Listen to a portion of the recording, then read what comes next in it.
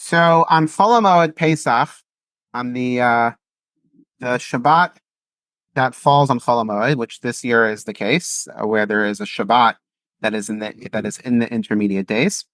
So the Haftarah that was chosen is a pretty interesting Haftarah that that gives us a little bit of a hint of what to expect when Moshiach comes in the end of days.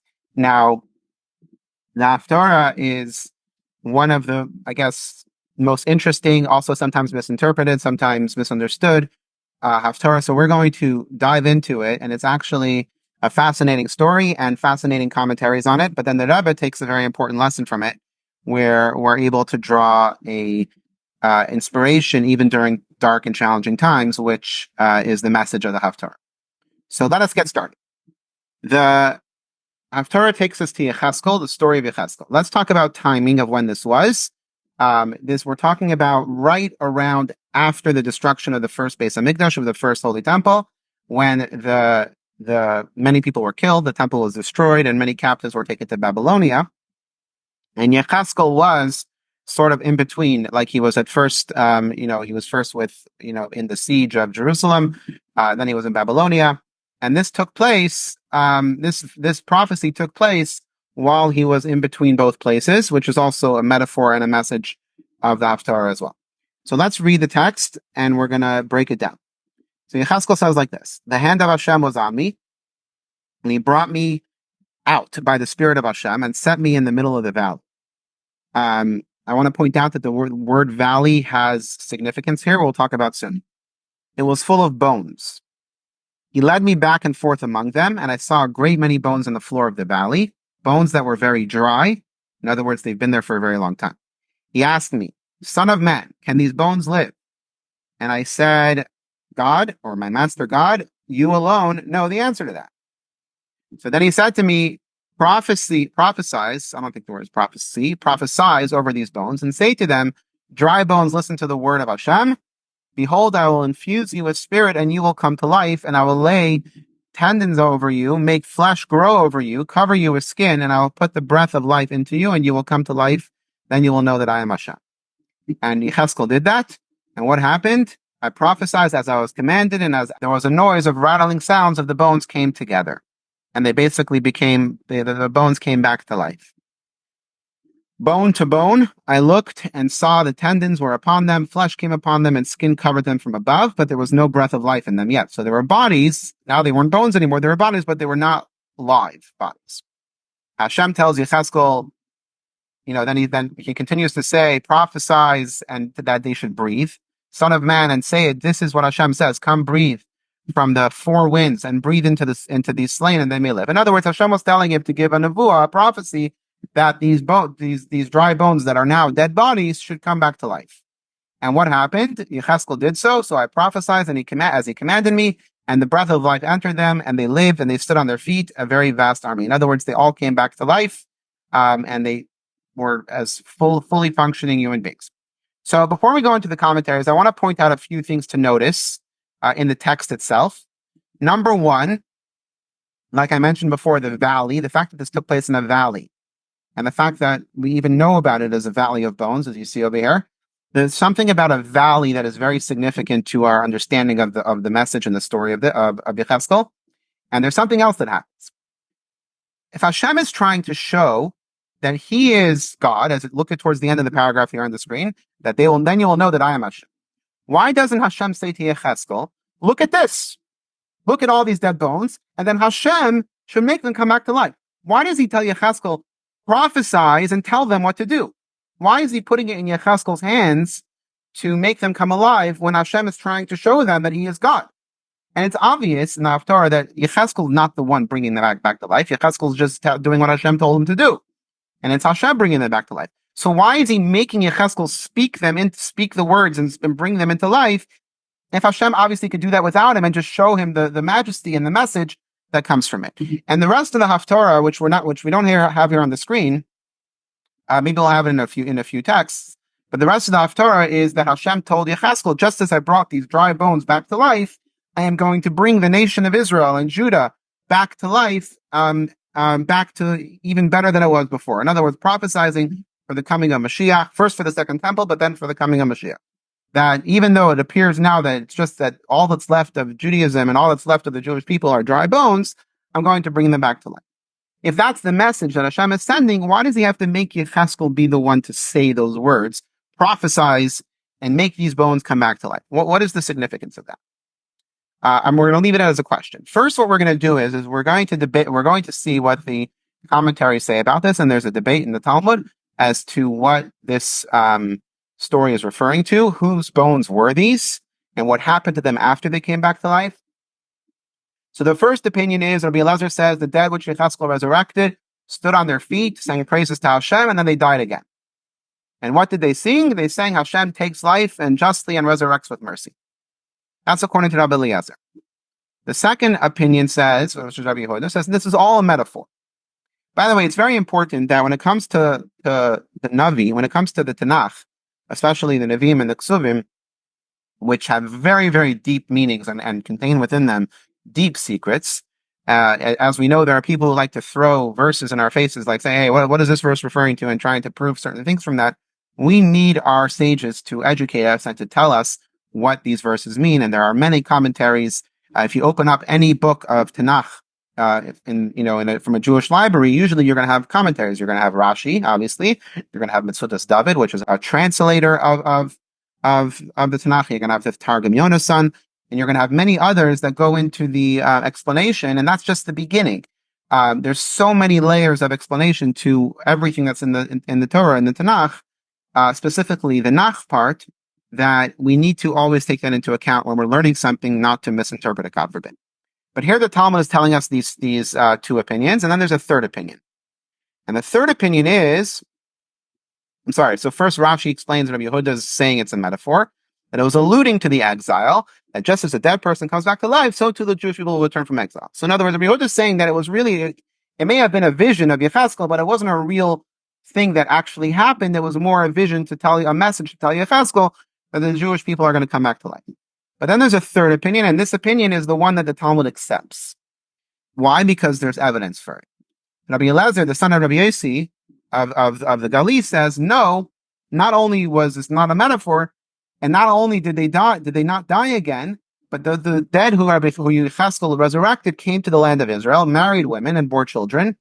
And Rabbi Yehuda ben Beseira said, I was also one of the sages at the time, said, I am a descendant from one of them, and these are the tefillin which my grandfather left to me, which was originated by one of these people that were resurrected by Yecheskel. So because they had the tefillin, and they had the testimony of Rabbi Yehuda ben Beseira, the Gemara Paskins, or the Gemara accepts this final opinion that it actually did happen, and the people did not die afterwards, and they continued to live on in the land of Israel. Now, we can go on about how the Talmud is discussing or debating, a fact, did it happen or didn't happen, but that's a discussion for a different time. The Talmud brings us these opinions to tell us that there are 70 faces of the Torah, and there are many ways of understanding the Torah.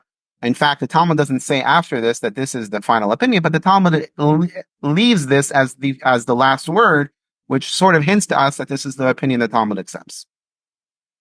So now comes the question.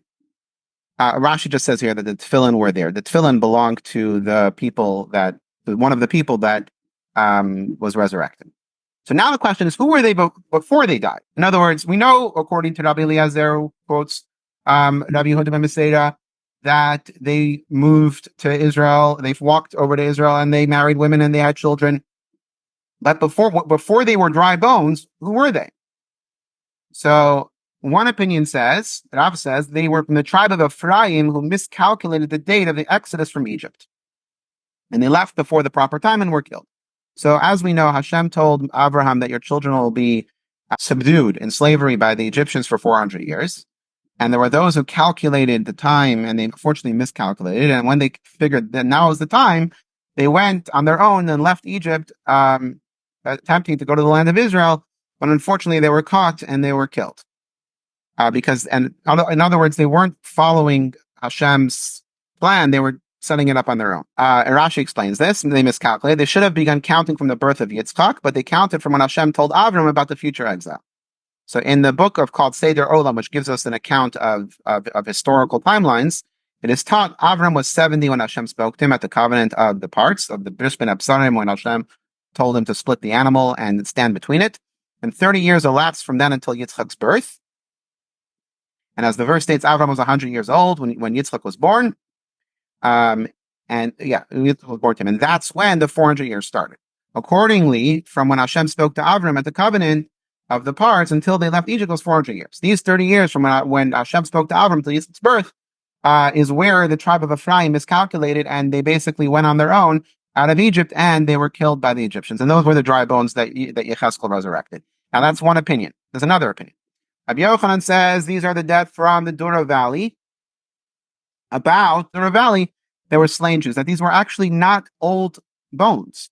These were, they were dry because they were, it doesn't take long for the body to decompose, unfortunately, but they were the people that Nebuchadnezzar, during the destruction of the first temple, when he was taking the first prisoners, so they were the ones they were the first ones that were killed, and they were the youngsters that were the most promising future of the Jewish people, and Nebuchadnezzar was trying to take away hope, so Nebuchadnezzar had them killed. I'm not going to read the second part of this opinion. You're welcome to read it. It's on the screen. It's also in the text in the chat that I sent everyone. But bottom line is that there's a difference of opinion of who these bones were. Why does it matter? We'll talk about that soon. So now, let's continue with the Haftarah. So now that we know the story of the dry bones, they came back to life. We discussed the Talmud saying who these people were beforehand, before they died, and then who they were when they were resurrected. Did they live on, or was it a metaphor, and so on? So that we discussed.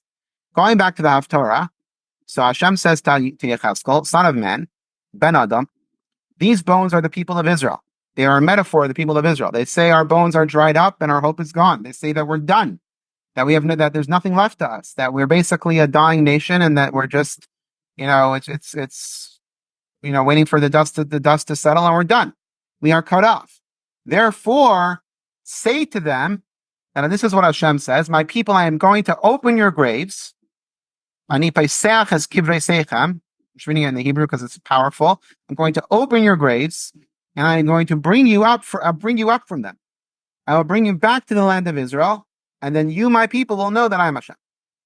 So Hashem is guaranteeing Yechezkel that even when the world says the Jewish people are done, I am going to revive you and resurrect you and bring you back to the land of Israel, where you will know that I am Hashem. In other words, it's not just going to be a fact, but you're going to be a willing participant in the knowledge of God and in the recognition of God's existence in the world. Okay, I'll continue. When I open your graves and bring you up from them, I will put my spirit in you, and you will live, and I will settle you in your own land. And then you will know that I am Hashem, and I have spoken, and I have done it, declares Hashem. It's a very powerful Haftarah, and it's a very meaningful Haftarah.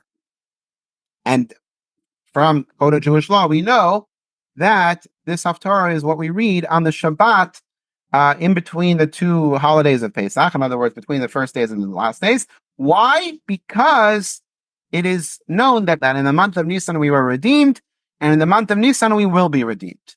And because the resurrection will take place in Nisan, so therefore we read this Haftarah in the month of Nisan.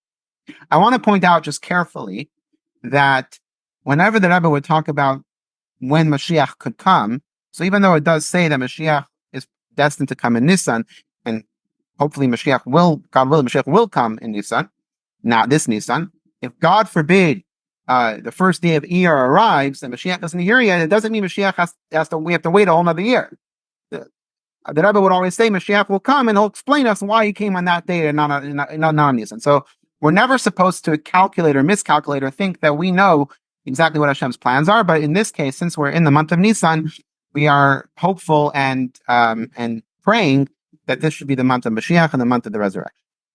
Now, before we go into this interesting Talmud here, let us discuss this first. It's very nice of us to read a Haftarah that talks about the resurrection, and it's very nice of us to believe that there's hope in the future, but there's something much deeper here, because this is after the destruction of the first temple. So what about the second temple? That was a revival of the Jewish people. In other words, the Jewish people were revived from being, the land of Judea was nothing. It was empty. It was after the killing of Gedaliah on Rosh Hashanah. So the Babylonians took all the remaining Jews who didn't run to Egypt. It took them to Babylonia, and Judea was completely barren. So now, after the 70 years, when they came back and built a second temple, so it was a revival of Judaism, a revival of the Jewish community. So how do we know that we're talking about the coming of Mashiach? A. B, why does Hashem have to be so dramatic? This is my own words. This is not the Rebbe's question. I'm just trying to spark the intrigue and thought before we get to the Rebbe's explanation of this Haftarah. Why does Hashem have to be so dramatic in reviving these bones for Yecheskel in a way to prove to him that he's going to bring us back? In other words, what's the message and how? It's not just what Hashem is telling Yecheskel, it's how Hashem told Yecheskel. Why is that so important of this visual and this dramatic scene that Yecheskel is repeating? Why is this the method that Hashem is communicating to us, that there is going to be a future, and that even when we believe it's all over and it's dry, we're just a bunch of dry bones, that Hashem is going to revive us? So what is the deeper message and meaning of the story? Not just the message, but the story. And that's what we have to break into. So let us talk about, in Haftarah itself, first what happens is it says Hashem told Yecheskel to prophesize and to tell the dry bones to have bodies. In other words, grow skin, grow meat, grow veins, and all the things that a body has to have. But even after he did that, they weren't alive yet. In other words, they weren't back to life. They were just now not bones anymore. They were bodies. The bones connected and they became bodies, but they were not alive bodies. In the story of the Golem of Prague, when the Maharal created the Golem, so at least the stories that were told is that when they formed the body, and they started walking around and saying reciting the Sefer Yetzirah. So first the body had to grow fingernails, grow hair, and become a body, and only then did they bring in the life of Yosef Shida into the Golem. So their idea of growing a body before the soul, or before the body can become alive, is an interesting way the story is told to us, and that's what we're going to talk about in the piece of Talmud.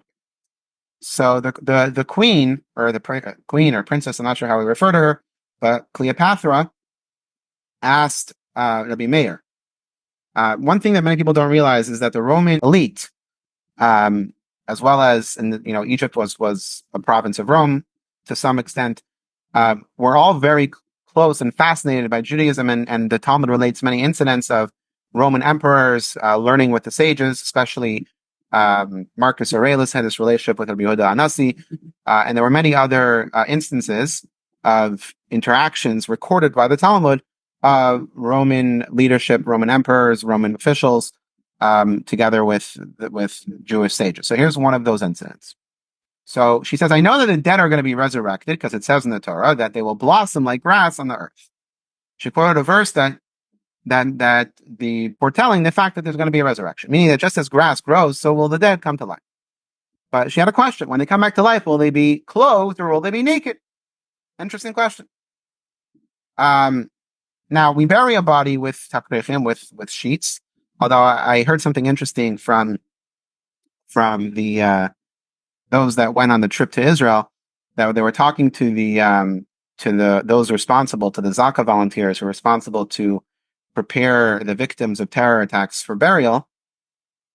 And they have a tradition that if somebody is killed, al Kiddush Hashem, if they are killed by terrorists because they are Jewish, they are buried with the clothing that they have, and they don't do tara, they bury them as they are, because they want that that their neshama should have that evidence for the heavenly court, and have that message to the heavenly court that they were killed, they died to sanctify Hashem's name, and it should stand for them as a what's the word? As a merit for their neshama. So why did I say this? Basically the question is, do they come to life as a human being, or do they as a naked human being, or as a clothed human being?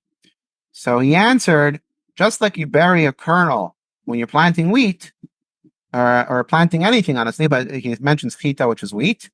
So when you bury the kernel's naked, but when it rises with the wheat kernel, it has a shell, it has clothing. So too Hashem will clothe the people when they rise up, and when he resurrects them. If Hashem could do a miracle and resurrect a person who passed away, obviously he could resurrect them with clothing just as easily. Now it's interesting because the whole idea of clothing only happened because Adam and Chava sinned and ate from the tree of knowledge, which led them to have knowledge of good and evil, and that good and evil could be taken when you see a naked body, that when you have that knowledge of good and evil, you could take it negatively, and therefore they needed to have clothes. Before that, they were perfect, and there was no negativity associated with the naked body. And in fact, when Mashiach comes, when we reach that level of full purity, we will be at that level too. But apparently the Gemara says we'll still have clothing, so that's good. Anyways, that being said, let us talk about the era of Mashiach, and then we're going to go into the Rebbe's lesson. So this Haftarah we actually read on the last day of Pesach. I think we talked about it last week as well. So I'm just going to paraphrase it. We say this is from the prophecy of Yeshaya, of Isaiah, where he says a star will shoot forth from Yishai, from the family of David HaMelech, and from his roots, and a branch will bear fruit. The spirit of Hashem will rest on him, the spirit of wisdom and understanding, the spirit of counsel and might, the spirit of knowledge and fear of Hashem, and he will delight in the fear of Hashem. He will not judge by what he sees with his eyes, with the first impression, or decide by what he hears with his ears. But with righteousness he will judge the needy. With justice he will give decisions for the poor of the earth. He will strike the earth with the rod of his mouth, and his breath of his lips will slay the wicked. Righteousness in his belt, faithfulness and slash around the waist. But let's get to the main point here. The wolf shall lie with the lamb. There will be ultimate peace between, not just amongst people, but amongst the animals as well. The leopard will lie down with the goat, the calf will lie, and the lion and the yearling together, and the little child will lead them.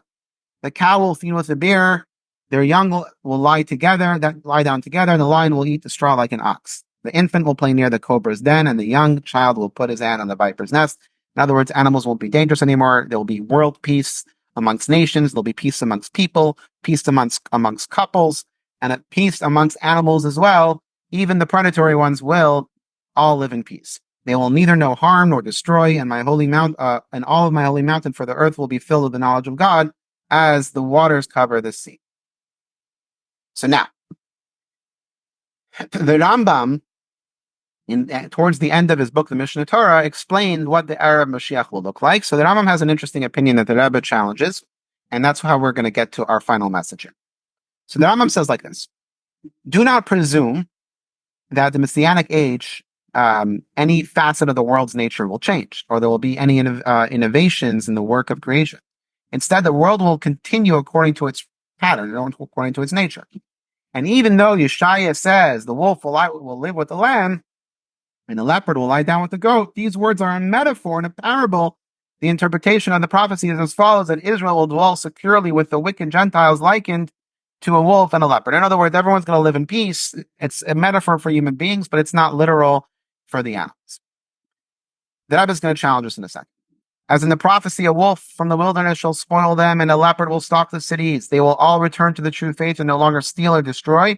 Instead, they will eat permitted foods at peace with Israel. As Yeshaya says, a lion like cattle shall eat straw. So this is all a metaphor for people. Similarly, other messianic prophecies of this nature are metaphors in the messianic era. Everyone will realize what matters were implied by these metaphors and which allusions they contained.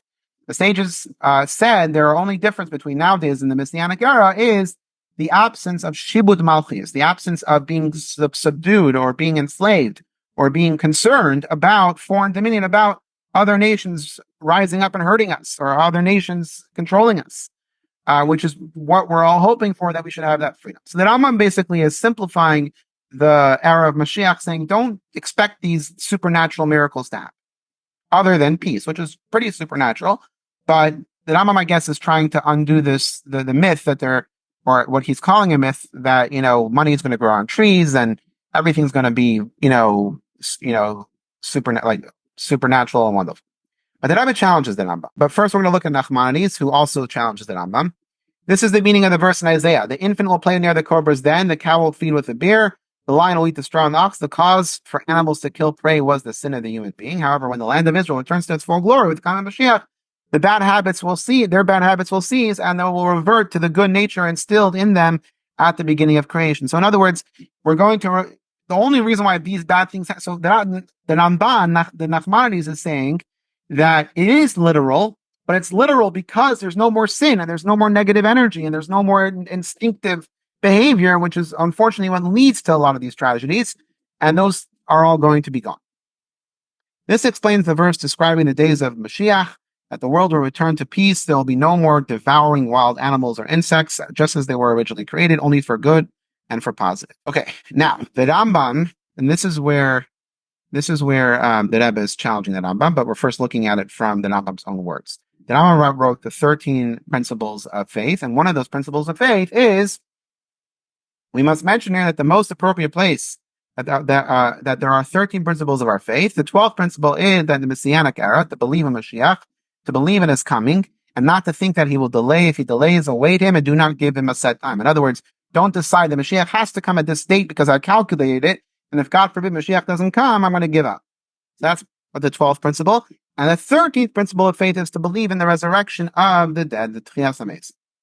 So the Rebbe asks this question: how is it possible that the Rambam says that Mashiach is, the Messianic era is not going to be a supernatural era, it's just going to be a peaceful era where we're not going to have any more wars or foreign dominion or enslavement or anything like that? But then the Rambam says one of the principles of faith is the resurrection of the dead. And that is pretty supernatural, pretty changing of the world. Even though he says that the world's not going to change, it's not going to become supernatural.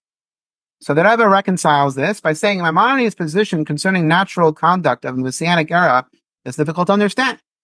Resurrection of the dead is one of the 13 fundamental principles of Jewish belief, according to the Rambam. And there could be no greater breach of nature than the resurrection of the dead. If so, how can Maimonides write that there won't be any changes to the natural order during the Messianic era? So the Rebbe answers that there are two stages of the redemption, and this is from the sages as well. And the answer must be that the Messianic era is divided into two stages. During the first stage, the world will continue to operate under the same natural laws, with the only novel factor being Jewish people's freedom from foreign rule. But during the second stage, in other words, it's going to be a process of elevation. And during the second stage, there will be changes to the natural order, including the resurrection of the dead. Accordingly, the Rambam's statement that the world will continue to function in its natural course during the Messianic era refers only to the initial stage after Mashiach. So that's how the Rebbe reconciles the two seemingly contradicting statements of the Rambam. Maimonides made the same point earlier regarding the Mashiach himself, that there will be no requirements for him to perform any miracles, introducing a new phenomena, or resurrect the dead. The hallmark of the advent of the Messianic era is the lack of foreign dominion over the Jewish people. And when this happens, it shows that the Messianic era has arrived, even though no element of nature has been changed and no lambs are lying with the wolves. So a good way to look at this, practically. So the state of Israel being established, right? So on the one hand, you think that this could be the Messianic era because there's no, the fact that there's a Jewish independence is the first time in 2,000 years is a pretty big deal, and technically is somewhat of a remnants to what we say that when Mashiach comes, there's going to be no foreign dominion. Problem is that from the day Israel was established, and even before Israel was established, Israel is at war. And as we could see with our own eyes, that we're not in a place that we could say that we are not under foreign dominion. So therefore, the Rebbe was very adamant that we are not in the Messianic era. The state of Israel is a very good thing, and we're very happy that we could live in our ancient Jewish homeland, and that Jews could have a place to go, and that we're able to live in the holiest land in the world. But it doesn't mean the Messianic era has begun, because we're still technically under foreign dominion with the surrounding nations and even the superpowers, unfortunately, where it causes the pain and suffering that the Jews of Israel have to go through. So we're not yet in that era, but that the first stage of that era is when there will be peace and no suffering, no subduing from other nations to Israel or the Jewish people. So regarding the first period, this prophecy will be fulfilled in a metaphorical way. In other words, the prophecy of the wolf shall lie with the lamb will be a metaphoric in the first period of Mashiach. But Maimonides doesn't intend to reject the literal fulfillment of the prophecy later. In the second stage of the Messianic era, that's when we're going to start seeing even a higher level where the prophecy will become literal. In Maimonides' words, no one will know the precise details of what will happen during Mashiach's time until it actually happens. And the prophecies about this time are cryptic. In his letter regarding the resurrection of the dead, Maimonides states that even more clearly. And this is a quote from the Rambam: "Our statement that the prophecies are intended in a metaphorical sense is not definitive and may actually be fulfilled literally, in which case it will be a miracle." The Rambam himself concedes that it is possible that we will discover that the prophecies were meant in the literal sense, and we don't need to. So, in other words, what the Rebbe is saying is like this, and what the Rebbe is explaining, the Rambam is giving us in the book of Halacha, here's what we need to know in terms of practicing as a Jew. But at the same time, we realize there's a lot that we don't know, and we won't know until it happens. And the era of Mashiach is one of those. Even though we're promised that Mashiach is going to come, we're promised that there will be a resurrection of the dead. We're promised that we'll all be brought back to the land of Israel and we'll have the third Beis HaMikdash. But exactly how and exactly certain details and timelines, we don't know. And when it happens, that's the secret that Hashem is keeping. And when it happens, we'll all know. So the Rambam is basically establishing from a halachic perspective, here's what we know, and here's what we don't. And the Rebbe continues, we don't need to wait for the Messianic era to find out what indeed will happen, because Hasidic teachings explores this matter and reaches into the conclusion that Messianic prophecies of the wolf flying with the lamb are meant literally that they will eventually happen. It will happen in the second stage, but it will happen. So, in other words, the idea of the prophecy of Mashiach, it's not an argument or a contradiction between the Rambam and between one side of the Rambam and the other side of the Rambam, or even the Nachmanides. There are just different stages and different elements of what's going to happen when Mashiach comes, and we're going to be able to experience it firsthand, God willing, and be able to see how it all plays out. Now, it's important to understand that we have to believe in both stages of the Mashiach. We can't just believe in the first one of peace. We have to believe that there's going to be a second stage, which is the supernatural. So earlier we discussed the need to live now in a manner similar to that of the Messianic era. In other words, to act as if it's already coming. So we should elevate ourselves and take advantage of every opportunity to reveal godliness in the world. This is expressed primarily in our belief in the coming of Mashiach, our awaiting his arrival, our belief and anticipated need to not only for the first stage, we're not satisfied with the first stage of Mashiach, during which the natural order will continue unchanged aside from freedom from foreign rule. We're not happy enough with that because we've suffered so much that we want more. We want more than just absence of foreign rule. And therefore, it's important that there's two fundamental principles of belief: the belief that Mashiach is going to come, and also belief that there's going to be a second stage of the supernatural stage. We also need to believe in to anticipate the arrival of the second stage during which the natural order will change, culminating in the resurrection of the dead. In simple words, our belief in the coming of Mashiach needs to include the knowledge that during the Messianic era, the world will operate in a completely new way, miraculously and supernatural. So the first stage of the world peace is just a part of the journey. Just like now we're on part of the journey with the exile, that's going to be part of the journey up. And it's great, but we are not satisfied, or we're not settling until we reach this level of miraculous and supernatural in the way the world was meant to be, in the way Hashem's plan was meant to be. So now comes the lesson for us that the Rebbe is going to teach us. So I want to go back to the questions we asked about the Haftorah itself. And number one, why does Hashem have to tell Yecheskel to prophesize over these dead bones and bring them back to life? Why can't Hashem just show him and make it happen in front of Yecheskel's eyes and send the same message? Why isn't it important for him to tell Yecheskel that you need to prophesize and tell them to come back to life? And also, what's the idea of a valley? Why does this happen in a valley? There's a few other interesting tidbits that we're going to explore. So the Baal Shem Tov writes in one of his letters, I came to this world to rectify and bring life to the dry bones. But the reason why the Baal Shem Tov founded and revealed the Hasidic movement, which until then was concealed and only revealed to the select few, to the hidden tzaddikim, to the righteous that would study and would know the secrets of the world and the secrets of Hashem and the secrets of the Torah, the Baal Shem Tov revealed it all. And why did he do that? Because the Jewish community was in shambles. The Jewish community was like dry bones. It was after pretty much a Holocaust of the Cossacks in the years Tach V'Tat. And it was a horrific time in the Jewish community. And not only that, but there was a massive divide between the learned, quote unquote, learned of the Jewish community and the simple of the Jewish community. And the Baal Shem Tov said, I came to bring it all back. I came to bring life to these dry bones, to bring life to the Jewish community. So that everything we do should not just be because we're robots, but because We have life and soul. Chassidus brings light, and it brings energy and excitement into the mitzvos, into the Torah, and passion and freshness. Not doing mitzvos by just because it's part of our nature. So now, what is the lesson from Yechezkel? So why did we just read that about the Baal Shem Tov? Because there's a lesson to us as well. Why did Hashem tell Yechezkel to tell the dry bones to come to life? Is because we need to be part of this process.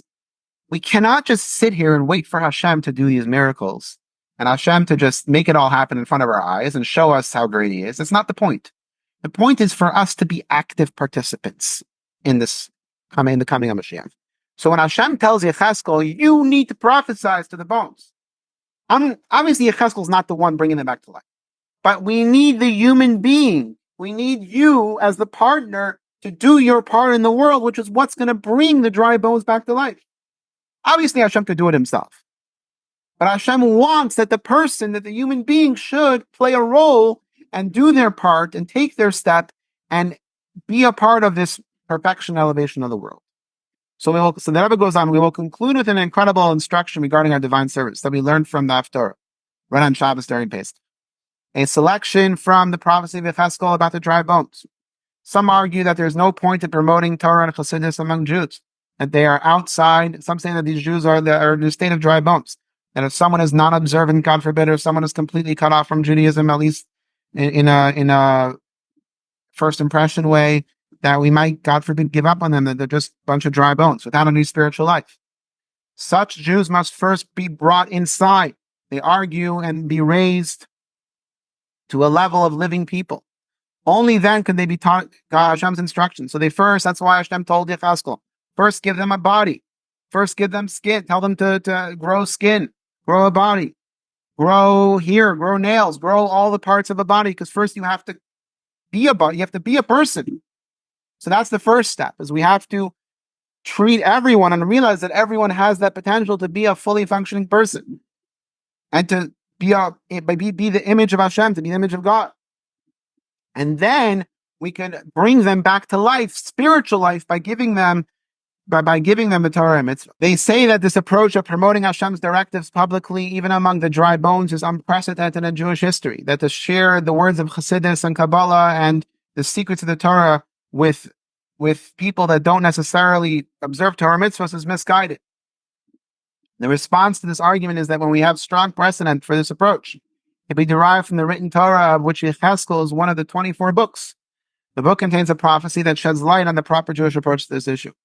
Yechezkel's prophecies were delivered in exile in Babylon, so it was not in Israel. In addition to the specific prophecy, it was delivered in a valley, not on a mountain, it was delivered in a low place, in a place that is covered, is blocked. It's a place where it doesn't even have any significance. Its significance is the void. A mountain or a hill is an existence. A valley means that there's nothing there. It's a void. So it's like the lowest of the low. And the valley is where Yechezkel was able, and he was describing that he had the ability to bring the Jews up, to bring them back to life. And the Rebbe takes the opinion that they were the Jews of Ephraim who left Egypt early, before the proper time. These were Jews who had acted contrary to Hashem's will, and reached a state that Hashem himself described them as dry bones, very dry. So if Yechezkel was able to do that, if Hashem empowered Yechezkel to bring these dry bones, which Hashem himself called them the dry bones, and he was able to bring them back to life, how much more so we should see the opportunity to help somebody else who everyone else has given up on, and give them a chance and bring them back to first physical life and then to spiritual life.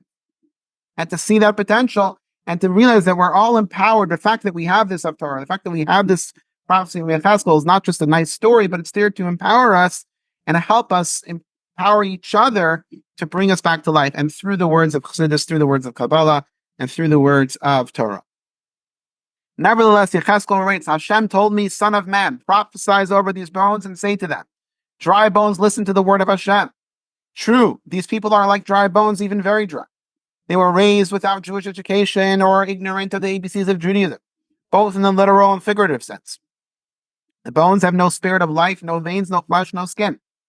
But despite their sorry state, Hashem says, son of man, you are a human being with feelings. or at least somewhat of a human being. Go and tell these dry bones that they have to listen to Hashem. And don't give up on them. And the fact that you are a human being means that you have the power, because I am empowering you to be the messenger in order to bring them back to life. And don't give up on anyone. There's another lesson we can learn from this after. From the description of the valley as filled with a great many bones, we might have thought it sufficient for us to choose one Jew who belongs to the category of dry bones and deliver Hashem's word. They could just do it to one, but as long as they help one person, I'm good. It can even be argued that limiting ourselves to one person will increase intensity of our influence, raising the chance of our success. That we have to focus, right? We have to zero in on who we're helping, so we only have time to help one person. This description of the valley as filled with a great many bones speaks to this point. Despite the great number of dry bones, Yechezkel was instructed to so address them all together. Prophesize over these bones and say to them, dry bones, listen to the word of Hashem. The modern day equivalent of this is going out to the public squares of New York and other cities and announcing their dry bones, listen to the word of Hashem. So once again, the Rebbe was turning this story and this message into an empowerment that we all have the ability to inspire each other and encourage each other to follow the Torah and mitzvahs through the teachings of Chassidus, which bring life and excitement, which is part of the blood flowing through our veins, which is the energy that is supposed to come along with the fulfillment of Torah and mitzvahs. Not only that, but we also have to realize that this is the way that we bring about the coming of Moshiach. And when we realize that it's not just something that Hashem is going to do, but Hashem wants us to partner with Him and to be a part of making this world a better place, and not settling for one good deed or one mitzvah, but going for a full valley of dry bones, and not limiting ourselves, just like Yechezkel, and being able to bring them all back to life. And that's why, by the way, the Gemara accepts the opinion of Rabbi Eliezer from the Gali, who's quoting, say that they actually stayed alive and they went to Israel and they married and they had children. In other words, that the idea of empowering the dry bones is not just a metaphor for us, but it's actually something that really happened and had a sustainable effect and impact on the future of the Jewish community. So we always have to see our efforts and our reaching out to others as having a powerful impact in resurrecting someone spiritually, which will hopefully lead, well, not hopefully, but will lead to the physical resurrection of the Jewish people and of everyone. So in this prophecy, Hashem promises that, behold, I will infuse you with spirit and you will come to life. I will lay tendons over you and make flesh grow over you, cover you with skin. I'll put the breath of life into you and you will come to life. Indeed, when Yechezkel fulfilled his mission, this is exactly what happened. I prophesied and I was commanded, and I looked up and I saw that it was all happening. The tendons, the flesh, the skin was all happening. Then the breath of life entered them and they lived and stood on their feet as a very vast army. This event empowers us when we fulfill our divine mission of delivering the words of Hashem to the dry bones through promoting Torah, Judaism, and through Chassid teachings of Chassidus, and we do so in the outermost extremities. We will succeed in resurrecting the dry bones, building a vast army of them, that we will bring back the Jewish nation, unite the Jewish nation, and resurrect the Jewish nation. And by doing that spiritually and by doing our part, and not just leaving it to Hashem, Hashem will fulfill His part of the deal, which is to bring Moshiach and to usher in this era of total peace in the world, and then eventually the era of the full resurrection of the dead and the supernatural elements that will happen when Mashiach comes. We will then all proceed together to greet Mashiach and then proceed together to the Holy Land, just as Hashem is saying, I brought you to the land of Israel and placed you on its land. So the Rebbe is basically learning from this, not just as a nice story, and not just as a historical event, not just as a promise of Mashiach, but action that we have to do right now to inspire each other and help each other and breathe life into each other in order for us to wake up and be ready for the coming of Mashiach. Shabbat Shalom. Thank you all so much for joining in, and I want to wish you all a happy, healthy, and kosher Pesach. Of course, you can ask questions.